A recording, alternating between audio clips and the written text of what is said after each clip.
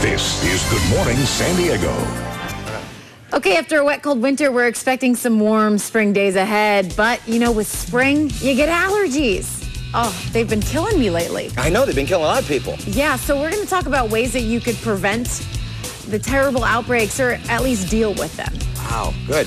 All right, and rowing here in San Diego. We certainly had a lot of rain this winter, and that means spring allergies are going to be a little bit tougher to deal with this year. Here to explain how we can handle it is Dr. Carl Hillier, the spokesperson for the California Optometrics Association. Thank you. Good morning.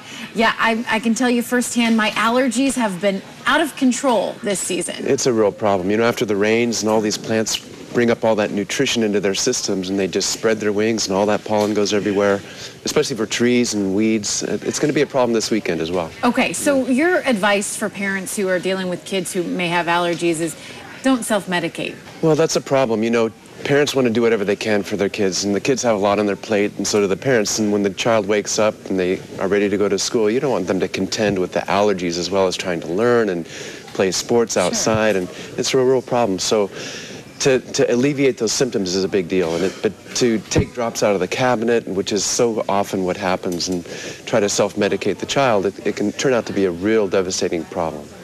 But there are some easy solutions, even for adults, because I need help with my eyes too. They've been so red lately. Right. Well, the idea is to get rid of the allergen, the pollen or whatever it is that's causing your symptom, and to wash it out with a pure saline such as this. A saline that does not have any preservatives in it is ideal.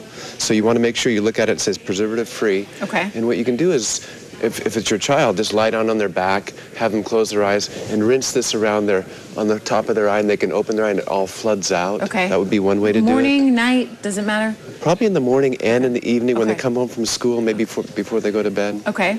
Or after their athletic event outside. Sure, yeah, in the soccer fields, baseball diamonds, it's even worse out there. When they come home, you could have this in the refrigerator. This is an eye pillow. You put this in the refrigerator. They come home from school. You rinse out their eye to get rid of all the pollen and all the allergens. And this little pillow you can just put on their eye. It's cold and it's very soothing. It gets rid of the swelling and the redness and this type of thing. You don't want to use drops to get the red out. And what about the headaches that are associated with those allergies? Well, it's the strain, it's the allergens that get into the system that cause all that cascade of symptoms. Right. And so this alleviates a lot of that. And you can make your own at home. You can put a wet washcloth in a baggie. Sure. Put it in the fridge, lay it on their eyes for about 10 or 15 minutes, and that's oftentimes all that's needed. Absolutely. Yeah. And then you say eye wash. Well, eye wash, this is another way to do it, to introduce saline into the eye, what's preservative-free, just to wash out literally the debris that's causing the allergic symptoms. Okay. Yeah. Gosh, we're just getting started though, right? Do you imagine it's going to get worse over the next few months? Well, probably. You know, as the wetness causes the plants to grow and to spread their pollen out, and the dryness causes, and the wind distributes it everywhere. So that's the real issue.